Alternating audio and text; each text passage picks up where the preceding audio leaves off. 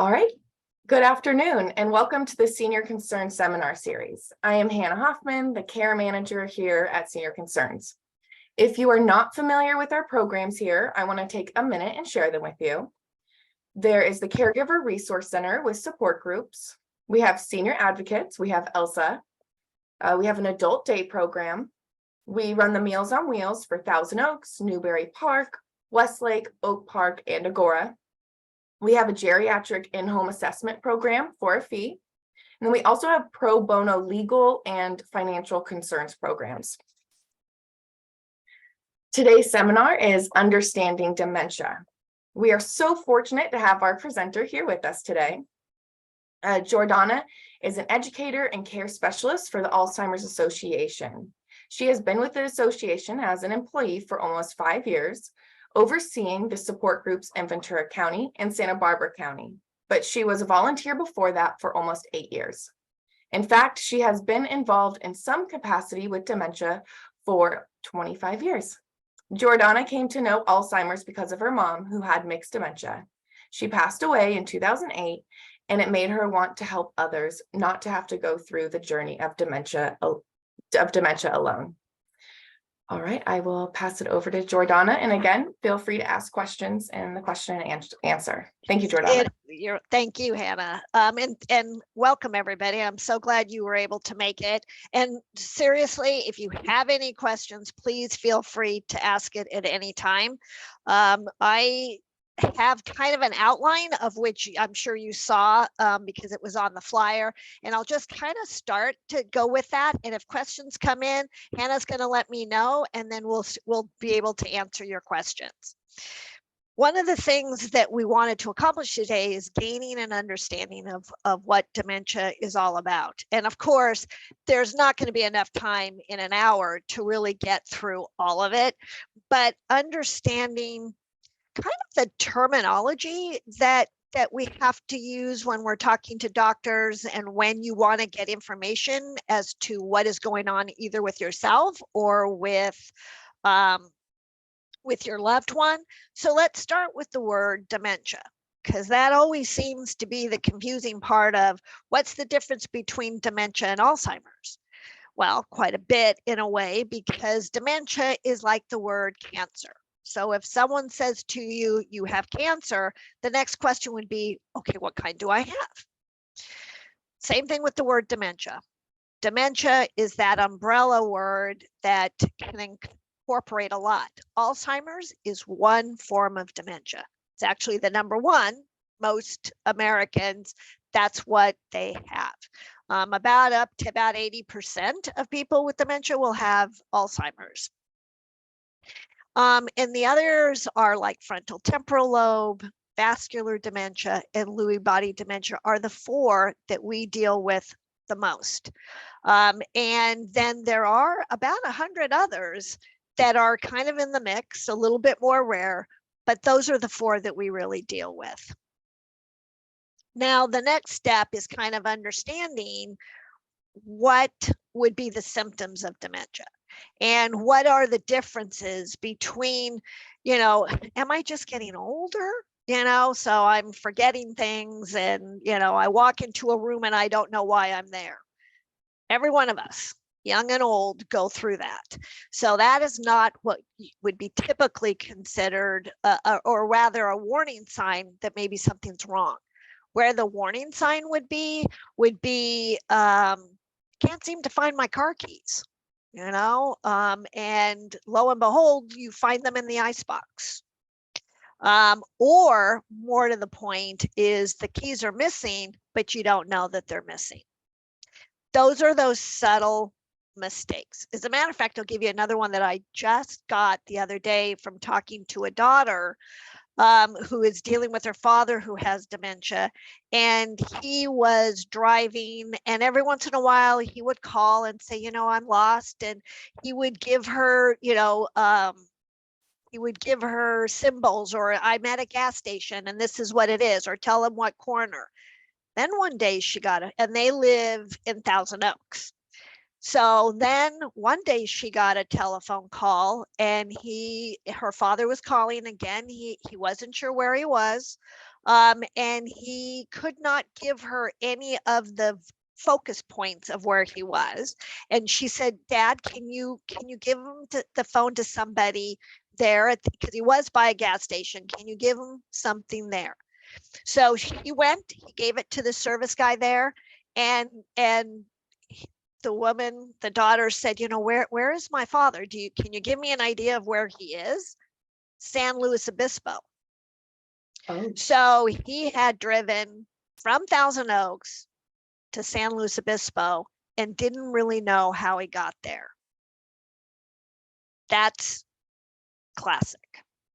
You would like it not to get that far, so you're hoping that you could maybe see those signs, but most of the times we don't, because life is busy and you're looking at things and you're moving forward and you're trying to kind of figure out, how to move forward, and then suddenly, you go to the doctor. But let me say this, which was helpful. There was a new law passed a couple of years back where doctors, when you go to get your yearly physical, are now supposed to do memory tests starting at the age of 50. So that is supposed to be a baseline. And that's what's important, is that you get that baseline. And then as the years go on, you can do it. The problem is that doctors are waiting for the patients to say, oh, I have memory issues, can we test? Or the patient is waiting for the doctor to say, hey, let's test out your memory and see how you're doing. So really it should be up to us, because now it's part of the natural course of what your physical is just to have a memory check. And your doctor could be doing it without you even being aware of it, to check on little signs. It could be simple as knowing, what did you do yesterday, or what did you do this morning? And depending on where you are in those stages of dementia, you will you can figure out what stage. Okay. Jordana, I yeah. do have two questions. One is Okay. more personal, asking how old your mom was when she passed. Okay. My mother was 78. 78. And then the next question is, he'd like to know if there's any new technologies or solutions used to keep loved ones with dementia home without overly restricting their mobility. It really depends on where they are in the illness. And that can be really kind of a family to family discussion as to what are you seeing in the changes that's happening, and whether or not we need to restrict. One of the biggest issues that most families deal with, including the person with dementia, is the driving issue. And that can get really problematic. But if you're in the early stages, yes, you could still drive because you're still functioning. You can still move around. You can still do things. But as time moves on, that's going to get a little bit more problematic. And driving needs to be curtailed for your safety, for other people's safety, and also. I mean, the way it did it for my mother when she stopped driving was she was coming home from jazzercise. And of course, when you do that kind of exertion, you get a little tired. You're not quite as alert as maybe you should be. And when she got to the garage, which I think was open, she got confused between the accelerator and the brake. She went barreling into the garage and hit the washer and dryer. And she hit it so hard that she made a perfect square indentation in the cement wall. Wow. Last time my mom drove, she was ready. My dad was certainly ready. And luckily she wasn't hurt. And really not much of the car either. It was just the washer and dryer, which got totaled. So it really is just trying to figure out when is the best time. And sometimes getting that early diagnosis As a matter of fact, I'm going to backtrack a second. Getting the early diagnosis from the doctor is really important because there are new medications out there now that are specifically to, at this point in time, just Alzheimer's. But you need to be in the very early, either the MCI stage or early stage of Alzheimer's, but you have to have a diagnosis of Alzheimer's to be able to have that medication. Next question. My mom sees and talks to imaginary people and animals. Is this also a part of dementia? Yes. Yes, depending on what type of dementia, it can be more prevalent. Lewy body dementia, frontal temporal lobe dementia, you tend to have more hallucinations and even the paranoia coming into it. I think one of the hardest things to do is that when this happens is to go into the loved one's reality, because they can no longer come into our reality. So it's a matter of if they saw spiders on the wall and you're saying, oh my gosh, there's spiders on the wall. You say, yeah, mom, I will go get a broom and I will get the spiders off the wall for you. Telling her that there's no spiders on the wall is not going to make her feel safe and comfortable. It's really important that when they're having those issues, that you kind of go with the flow. It validates what they're feeling, which is fear, and they're not sure what's going on, and you're taking care of them. You're taking care of the situation, and therefore it makes them feel safer. So getting that proper diagnosis, and thank goodness in this day and age, we now have more technology that can help with being able to diagnose. MRIs, CAT scans are now about 70% accurate in being able to know what type of dementia you have, which can help. Because not all dementias are equal. Alzheimer's is one of your longer life expectancies with dementia, and that's anywhere from 8 to 15 years. But with frontal temporal lobe, it's 6 to 8 years. With vascular dementia, and I was doing some research today and I was kind of surprised, that's about 5 years.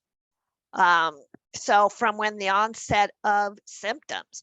So that's the other thing to learn about understanding how it works, is that when you're looking to say, oh my God, Alzheimer's, 8 to 15 years, and some people have lived to be longer than that, that's a long time. You have to look at it not from when they got the diagnosis, because that's not when the count actually happened. The count starts when the first symptoms shows, and that can be 2, 3, 5 years previous to when the actual diagnosis comes. So that changes that timeline. And it also helps you to be able to kind of get ready. Another question or? Yeah. Okay. My father feels someone is trying to steal or taking parts from his car at night. Only happens in the evening. Assuming this is a part of dementia, but only at night. Is there a form name for this as well? It's called sundowning. And it usually starts around 2, 3 o'clock in the afternoon, and then it can go into mid to late evening. So trying to, with things like when it starts to happen, is maybe I'll go back. So in the fall and in the winter, when the time changes and we get dark early, which is more like around 5 o'clock, when they start sundowning, better to shut all the curtains, you turn on all the lights. That helps to relieve that anxiety about that time. You can do the same thing when it's spring and summer, because now we're staying lighter later, but they're still having the sundowning. So you try to get the lights on and try to reassure them that no one's trying to take anything. Look, Dad, you can, help them look underneath and make sure that there's nobody here. That just seems to add to their sense of safety. People with dementia, and it can vary, some people have no idea. what's going on. They don't see the changes that are happening to themselves, and others do. So it's a matter of trying to figure out, okay, this is what it, like in, for instance, in my mother's case, my mom was very aware of what was going on for quite a while. And it was so hard to watch because she knew there was something wrong. She would always kind of tap her head and say, there's something wrong. I don't know. And we never told her how bad it was. We just said, yeah, mom, you've got some issues with short-term memory, but that's okay because we're here. We'll get you through this. And that seemed to help her along those lines. But it is that reassuring that everything's going to be okay, because deep down inside, they do know something's wrong. Another. Mm-mm. Okay. Wait, So I have another one. Yeah. okay. Okay. This is an example. An instance where I had no idea she had dementia. She started to have issues balancing her checkbook. Something she balanced to the penny for years. Seems when someone is unable to do something they've done for years, like know how to use a remote control, definitely not normal aging. Just another example for folks. Thank you. Absolutely. Yeah. Thank you for that. It's true, because everybody's different. There's a saying that if you know one person with dementia, with Alzheimer's, you know one person. Part of that has to do is that we're all very unique. We're all different. Our gene pool, yes, we have a gene pool from our mother and our dad, but that made a new human being. So what that combination will do is as time moves on, can change how the dynamic of how the dementia plays out. It doesn't mean that there aren't like threads that are the same thing, that you can hear other people saying, oh yeah, my mom did that, or she's doing that. Okay, now that makes sense. I mean, that's kind of how I came to terms with what was happening with my mom, is that my brothers and my dad, they didn't think anything was really going on with my mother. And I kept saying, no, I'm telling you, there's something wrong here. And I went to a support group. At the time I was living in Santa Barbara, I went to a support group, didn't know it was a spousal support group until the end. But I remember sitting there and listening to people talking about what they were going through. And I kept saying, yeah, my mom's doing that. Yeah, my mom's doing that. And I could feel like this flood of relief coming over, because I found out what was going on. It's not the best news, because unfortunately with the 4 dementias that I have mentioned, there is no cure. It's a progressive illness. So you're dealing with something where the end is not going to be great. And you would have hoped for a better outcome, but you can help your loved one through this to feel safe and to feel that they're being taken care of and that nothing's going to happen. Thank you. Yeah. How do you deal when a person is in denial of short-term memory loss and won't let them go to the doctor for it? Well, that's a tricky one, because depending on where they are. But like I said earlier, with the fact that now when you get a physical, you get the memory test. What you can do is, and most people, even when they're in denial about what's happening with their memory, will always go for their yearly physical. So you make an appointment for the physical, but you as the caregiver will call the doctor or email the doctor and say, I have some concerns about my loved one's memory. Can you do the memory check while you're doing the physical? And that is a sneaky way of doing it, but you will get some answers. And you can be able to start kind of figuring out how to proceed with what you have to do. And that's the hardest thing, is being able to kind of figure out. But it's so important by getting that diagnosis and that early diagnosis, so that your loved one can have a say in how they want their care to be.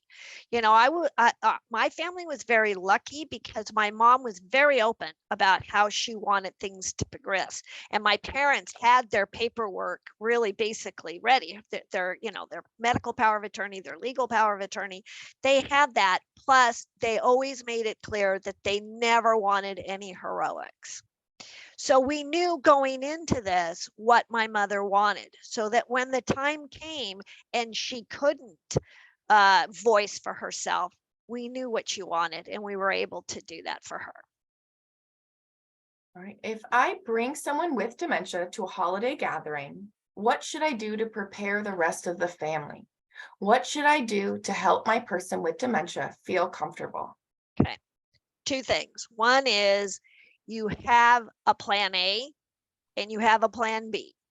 Plan A is they come to the party, everything is great, they're not having a reaction, they're not uncomfortable or whatever. Great. That's plan A. You proceed with the party. Plan B is, what if they start to get agitated? Is there a room that we can take them where it's going to be quiet, where they can get their kind of be able to kind of settle down a little bit? Because here's what happens. People with dementia, and really I see this across the board, they get light sensitive, they get sound sensitive, they have a depth perception issue. So when you're going into a crowd, and holidays are the hardest because that's when all the parties are happening. That's when you're doing, there's a lot of lights and there's music. People with dementia, that's awfully hard for them. So having a plan B or even a plan C, whereas what if that taking them into the room and all they're saying is, I want to go home. Then having that route, either you take them home or you have someone take them home. So it's having those plans. Now, in the way of preparing, depends on who you're going to. If it's friends, yes, you can tell them. It's family. Family probably already knows that your loved one has dementia. So it's a matter of figuring out what is going to be the best case scenario for the person with dementia and for yourself too. You would like to have a good time at the party. So if you have those plans in place in your head as to how it's going to work, it's going to be enjoyable for everybody. Thank you. And how do you approach the person with dementia without making them feel bad? It's like taking his masculinity away. We have been reassuring for a while, and it's every day. Are there any other suggestions to approach for parents? In what regard? In getting the information, or is this still part of the party scenario? So she just said, actually, Jordana just provided a good suggestion. So you had to answer the question. Right. Are there meds available for sundowning? Yes, there is. So there's anti-anxiety medications, and depending on if they're having hallucinations and stuff, there is antipsychotic medications. They can be a little rough on people with dementia, so just so that you know that, but sometimes you have to weigh the bad and the good on that. My mother, she was having a horrible time with hallucinations and the paranoia and stuff. So we did give her that medication and it helped with the quality of her life. It kind of settled her enough so that she could enjoy being around, my brothers and their spouses and friends and things like that. That lasted for a while and that worked. But when it really begins to progress, there has to be other avenues to go about that. So like I was saying, in regards to trying to get prepped, the sooner we know that dementia is one of the most expensive illnesses to have in the United States. But with early diagnosis or early, actually really it doesn't matter too much of when you get diagnosed, as long as you start thinking once you're diagnosed, okay, how do we want this to play out? And to really start planning as to how you want financially you can do it, what is going to be the best scenario for you, because that is where you can save money.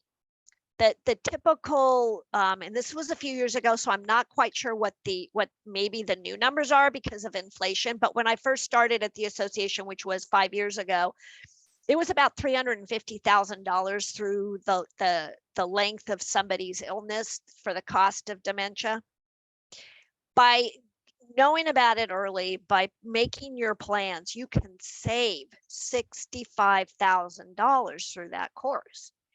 But that's with early planning, and being able to do that can make your life a lot easier as well. All right, next question. We are at a point where mom needs a lot more care than we can provide, which is also hard when other relatives feel nothing is wrong. What do you do about that? Well, the deal is that it's the person with dementia that comes first. If other family members are not getting it, ask them if they want to stay and help. If you think everything's fine, great. How about if you come and stay with mom? I have a couple of errands, or I have a doctor's appointment I have to do. How about if you stay a couple hours with mom and see how that works? The other thing is that if it's further along, it's really the main caregiver who needs, well, wait a minute, let me back up. No one human being can take care of another human being 24/7. At some point, you're going to need help with the care of somebody with dementia. So it's better to kind of have a plan in place in thinking about how does this play out. When I do one-on-one consultations, one of the things that I talk to my families about is what I call the strategic plan. So where are you right now? Is if everything is good and everything is okay, great, you leave it put. But then you think about, where am I going to be in 6 months and where am I going to be in a year? It is much easier to have a plan. And then if something happens between now and that 6 months, it's easy to take what you were going to do 6 months and bring it to now. But you've done the homework, haven't you? You found out about in-home agencies or placement agencies, and you're able to help your loved one with those challenging aspects. Because one of the things that is hard to realize is that if somebody with dementia has a shock, if they have a fall, if someone dies unexpectedly, it can jumpstart the dementia into the next stage. So where you think it might be a slow progression, if something like that happens, it can accelerate the symptoms, and you don't go back, you still move forward. You may hit another plateau, but that plateau is still dealing with the new norm, with more symptoms that are happening and things like that. So it's important to try to have these plans, because it is so much easier to just tweak it. I mean, one of the things that I learned with my grandmother, who did not have dementia, but she had a lot of health issues, and she came to visit us for Christmas and was staying, I think, through New Year's, but she ended up in the hospital. And the doctor says to my mother, "Does your mother live alone?" And my mom said, "Yes." And the doctor says, "Not anymore. I'm not releasing her until you find her a place to go." And so between Christmas and New Year's, we were, you could be scrambling trying to figure it out. But luckily, 2 years prior to that, my grandmother was in a mind where she was kind of willing to make this move. So we started looking for places, retirement communities for her to move into. We had found one, but then she reneged. And it's like, okay. But now, fast forward to 2 years, she's in the hospital. That place we called, and by this point, she wasn't in the independent part. She was in the assisted living, where they happened to have it. So we were able to segue my grandmother right in there without a lot of fanfare, because we had stuff in our back pocket. That's important, because as time marches on, things get harder, and you're trying to take care of somebody and it's getting harder for you. That makes a big difference. and we want to be able to, you want to be able to do this, but if you have your plan, you'll be able to do it. It's not going to be, it's not going to be easy, but it's easier because you have that plan in place. Makes a big difference. Oh yeah. The next question, a little bit of a change of a type of question, but given the downward spiral of symptoms, what about doctor-assisted suicide? Does this ever figure in a compassionate way in dementia care?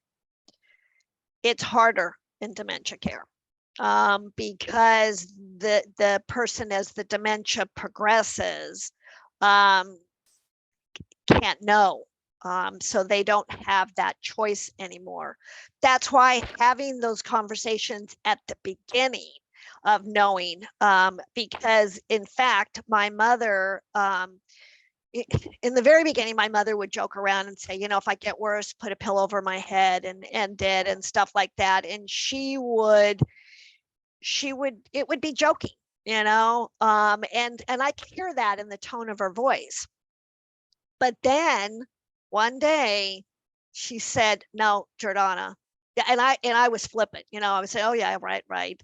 And my mom said, "No, I'm serious. I want you to put a pillow over my head."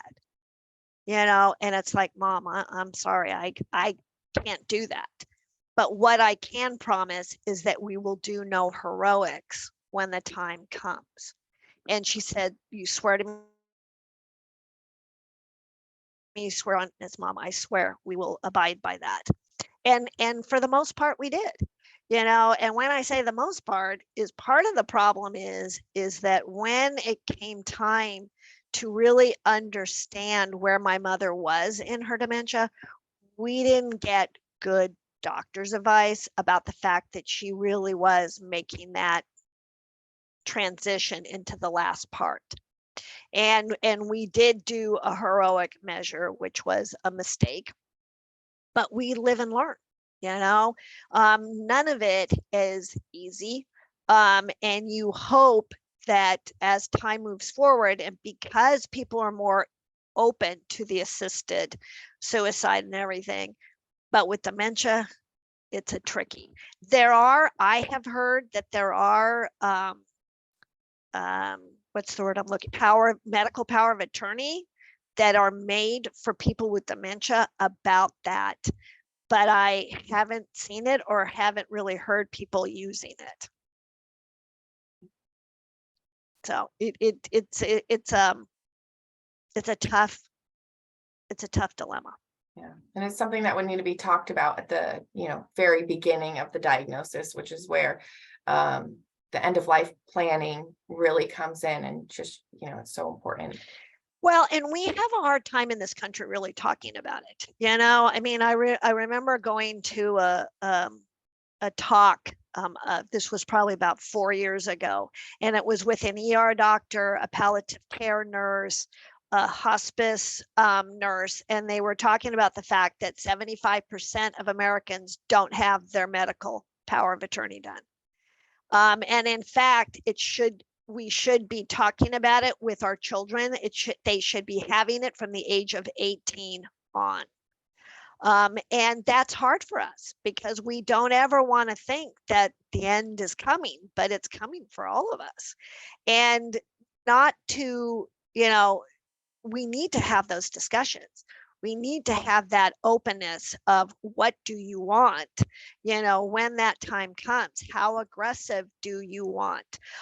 Because one of the interesting thing is, from my being involved with the association, is I go to a lot of different meetings and learning about, for instance, like putting a feeding tube in does not prolong the life of the person. And it can be more problematic because of putting the feeding tube in.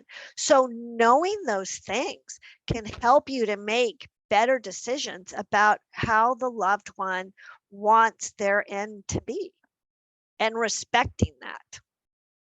And it's definitely hard to know when you're dealing with someone who has dementia. So you have to hope that you've had those. I mean, I've talked to families that say, "Oh no, we've never talked about it." And it's like, really? We talked about it all the time, but you know, my family's a little different anyway.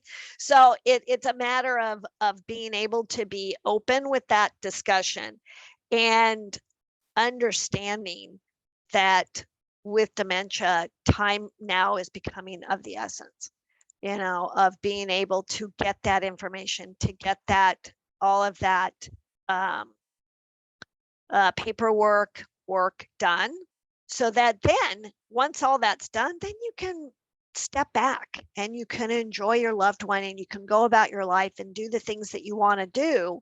But there are, knowing as the caregiver that there are changes ahead and that life is now becoming more of a roller coaster than something that's like this, you know, which we go through life until something happens. Now, the different types of dementia, and I've talked about that, like with frontal temporal lobe and vascular dementia, the importance of knowing about the different types. That's why it's important to always ask the doctor when he says, well, she's got dementia, what kind?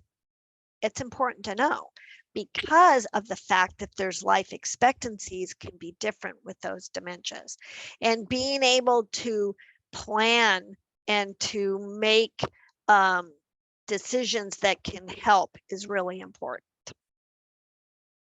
And then learning to take the steps to get diagnosed, that's important too, because that can help you. And like I said earlier, where we are getting more technical, I mean, our technology is getting so sophisticated that we're able to find out what type of dementia we have. I mean, in the old days when my mother was going through it, it was only through death and doing an autopsy to find out what exactly type it was.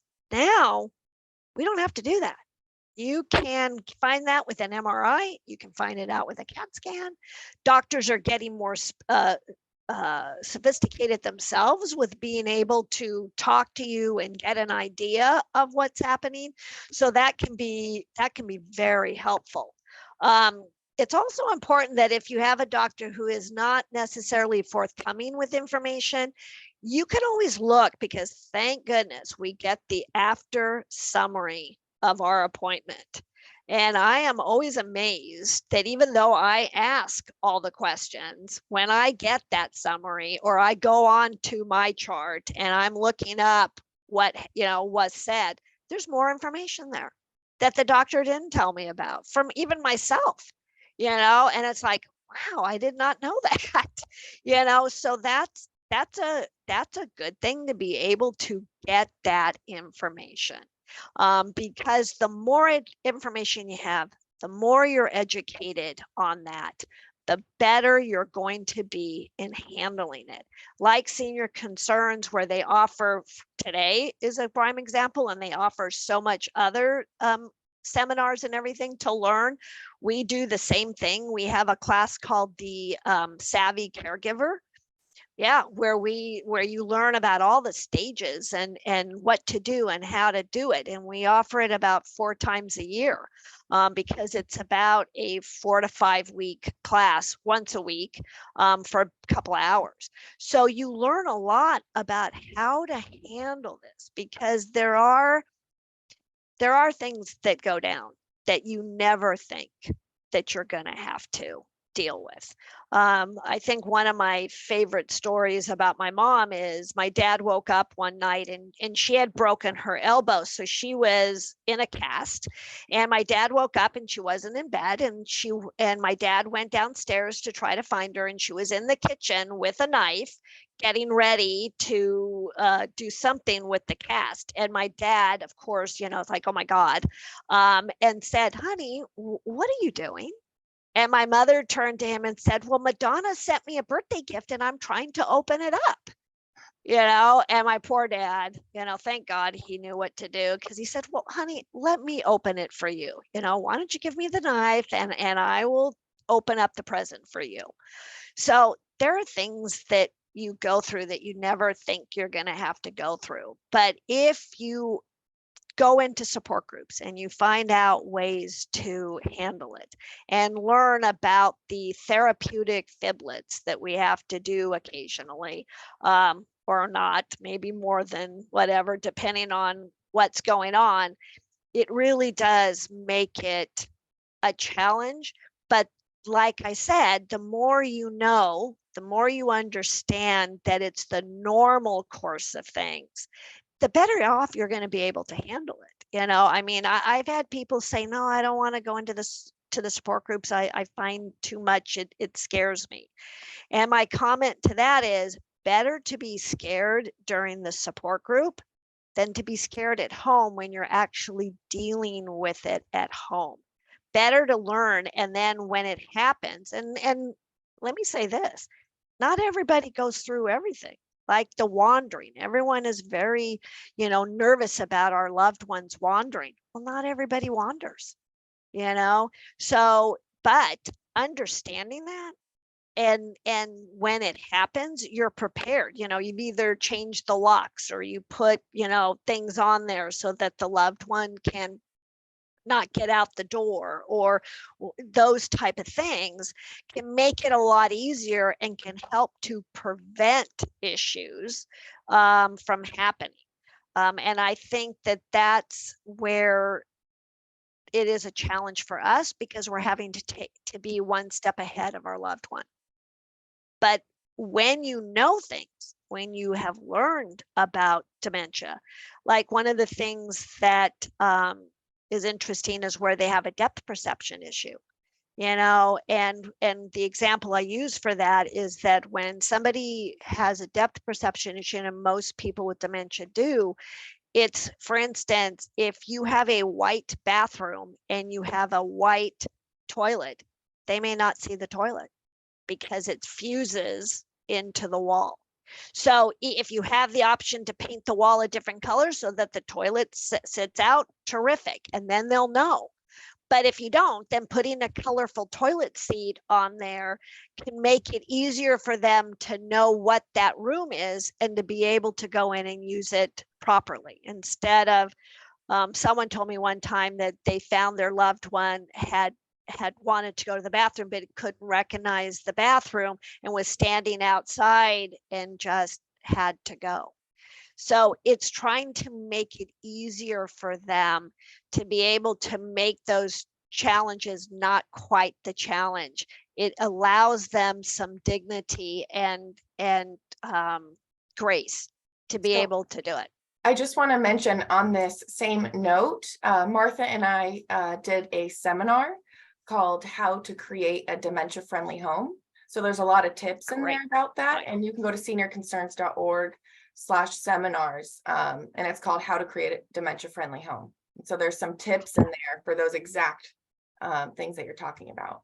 Well, and it is because it can be they can become very childlike, and they do, because they're going backwards, right? They're going back to the past, which is becoming harder and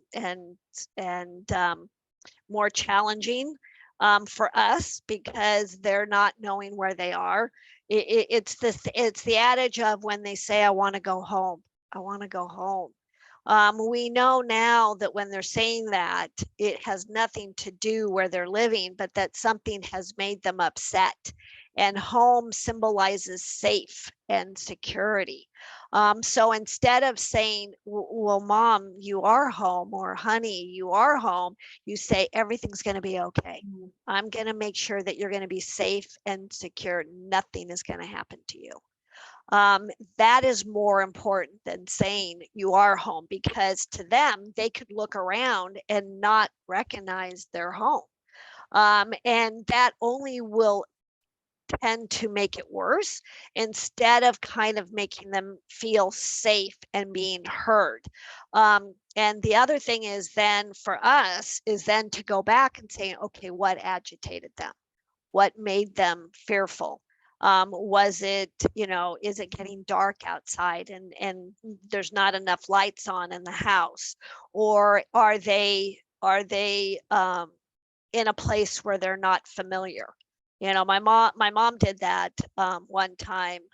She got outside the doctor's office and she didn't know where she was, you know, and all she wanted to do was to go home. You know, why am I here? Where am I? And it's like, well, mom, you just were at the doctor's and we're going home. You know, we're going to go home. And just having to be on that trek of being able to make them feel safe. Somebody just said, which is something we talk about in our support groups a lot, is don't tell them ahead of time. This says, we cannot tell our mom any future plans, like someone is coming to take her somewhere. She'll be up at 4 a.m. in the morning, or sorry, she'll be up at 4 a.m., dressed, packed, ready to go.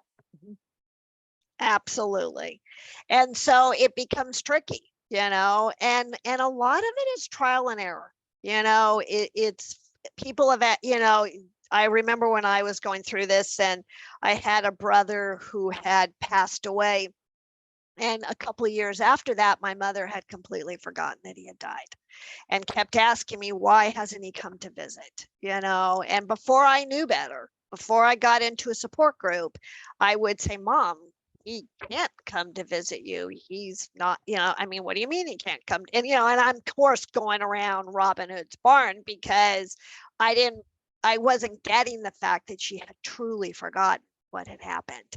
And so I said, well, Mom, he died. And oh my gosh, that just sent a firestorm. And boy, was she angry. It's like, why didn't you tell me? Why wasn't I there? And it's like, well, Mom, you were there.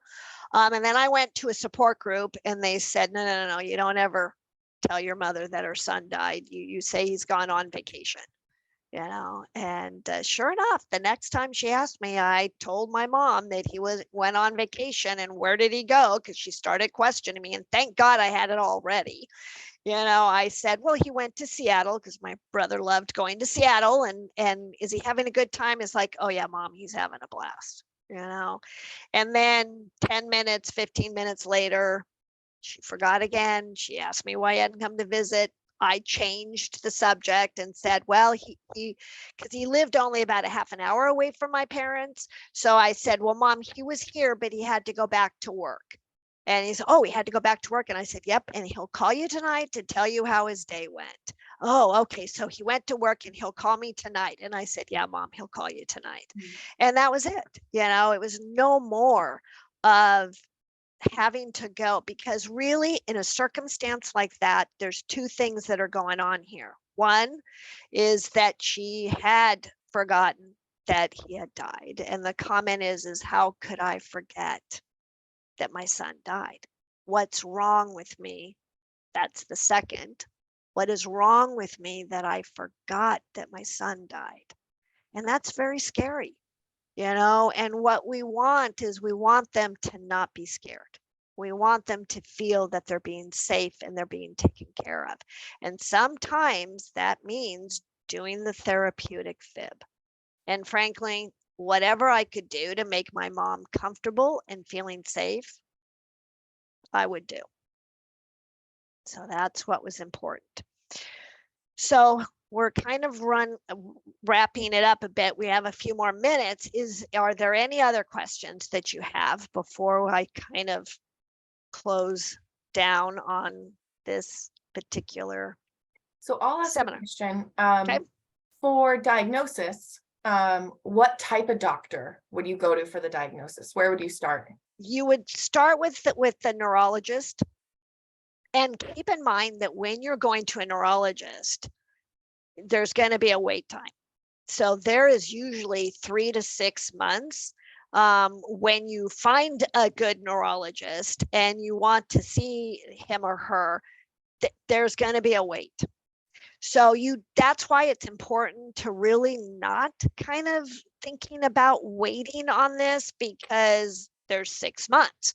So you can make the appointment and then in 6 months time, you would be able to go there. And like that person said earlier, you don't tell them about it, because then they're going to be asking you the questions every 6 months, or they're going to say, I'm fine and I'm not going. You know, so you do want to get that diagnosis, because here's the thing too, it could maybe not be dementia. There could be a vitamin B12 deficiency. There could be, you know, a reaction to medications that they're already on that is causing some memory issues. So getting them, and that could be a way too of getting them to go see a doctor, is that maybe it's not. It could be, because I talked to somebody today that says they're on 13 different medications. That interaction with medications can really cause havoc sometimes. And if they're taking it off or you've tweaked it a bit and all of a sudden they're better, you don't know. That's what's important about finding out. Yeah, and depression is another big one that can it has a lot of, they can have a lot of the same symptoms. Well, and the other thing is too, menopause in women. You know, I mean, I know when I went through it, my memory went completely out the window. And I remember being really freaked out because, of course, I was going through my mother's illness during this time. And I was saying, oh my God, you know, it's happening. And it was menopause, you know, so you really do need to get it checked because there could be a multitude of things that could be causing it, and none of which maybe, you know, it can be, and more than likely it is, but why not get it checked to make sure to get a proper diagnosis? And then let's see, would a neurologist be able to sort out medications for us? If not, who could? Well, once you get that checked, you know, if you're already on medications, I'm sure the neurologist is going to ask you, because it's not just doing the MRI or the CAT scan that they'll do to really take a look, because with Alzheimer's, you're going to be able to see the tau and tangles that are happening with that. But of course, other dementias, they're going to take a look at what medications you're on to see if there is any issues happening with it. The other thing is too, is that you can go online and you tap in the medications. You yourself can go in and see what reactions are and what may be causing it. You don't want to go off the medication until you talk to the doctor. But it can also help you to be educated so that when you're talking to the doctor, you can say, well, what about the reactions of these medications? You know, Also a pharmacist as well. You can ask absolutely. your local pharmacist for a list of the interactions. That absolutely is true. And then what would be the benefit of a gerontologist? Well, with that, he has an understanding of seniors and how our bodies change as we're aging.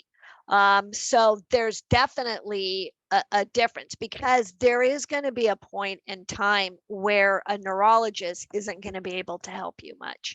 You know, depending on what stage you are, they can help you at the very beginning with getting a diagnosis, of being able to get specific as to what type of dementia, because a regular GP or even a gerontologist may not know what stage or what specific type.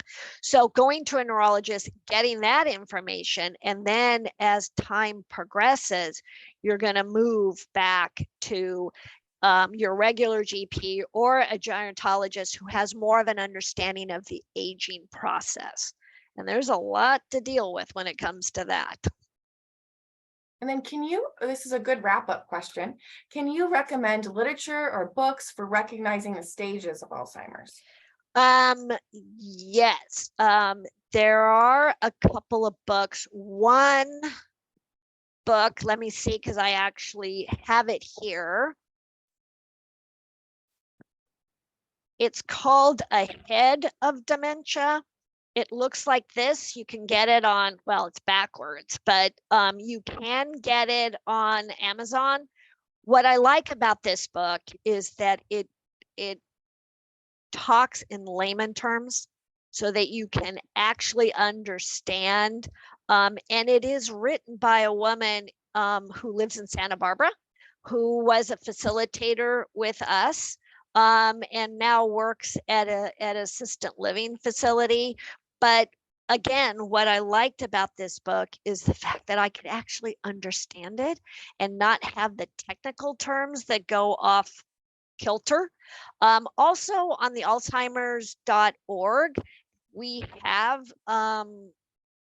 types and stages on there that can help you, because there are 7 stages to dementia, and then each stage is broken up, into it, and each has its own type of symptoms. So on alzheimers.org, we also have that, and I'm sure Senior Concerns has. Yeah, I mean, if you reach out to me, I have a ton of information in my office, and then also literature I can send you as well. Yeah. And I as well too, through my, if you email me that information, I can also send that to you. So that leads right into the last one. This has been an amazing and extremely helpful seminar. Is there any way we can get in touch with Jordana by email? Yes. Should I type it in? Can I do that? I don't know if it'll work. So say it. Right. And what I'm going to do is when I send out this recording to everybody who was on there, I will also put your email in there. Perfect. So your email and my email will both be in there. Great. But just for saying it, it is J-O and then Lawrence, Lawrence at alz.org. And I'll send out the recording probably by tomorrow afternoon. So you'll have Jordana's information then as well. Great. Also got another thank you. So yes, Jordana, thank you so much. You are a wealth of information. I'm so grateful to you for so many reasons. Thank you, Anna. And just as a wrap up, thank you so much for joining. Please go to our website. We have many seminars coming up. We actually have a new legal series. So on Friday, April 28th, we will be having one titled Fraud, Common Scams, and Financial Abuse, What You Need to Know. And then on May 18th, we will be there will be one called What to Know If Hiring In-Home Care Privately. And then on our Path to Positive Aging series on Tuesday, May 16th, we have one titled How to Take a Break When You Don't Have Time to Take a Break. So please, again, it's seniorconcerns.org/seminars. Thank you so much, everybody, for coming. And thank you, Jordana, for my pleasure for you here. This was great. Yeah, thank you. Now, if I could stop recording.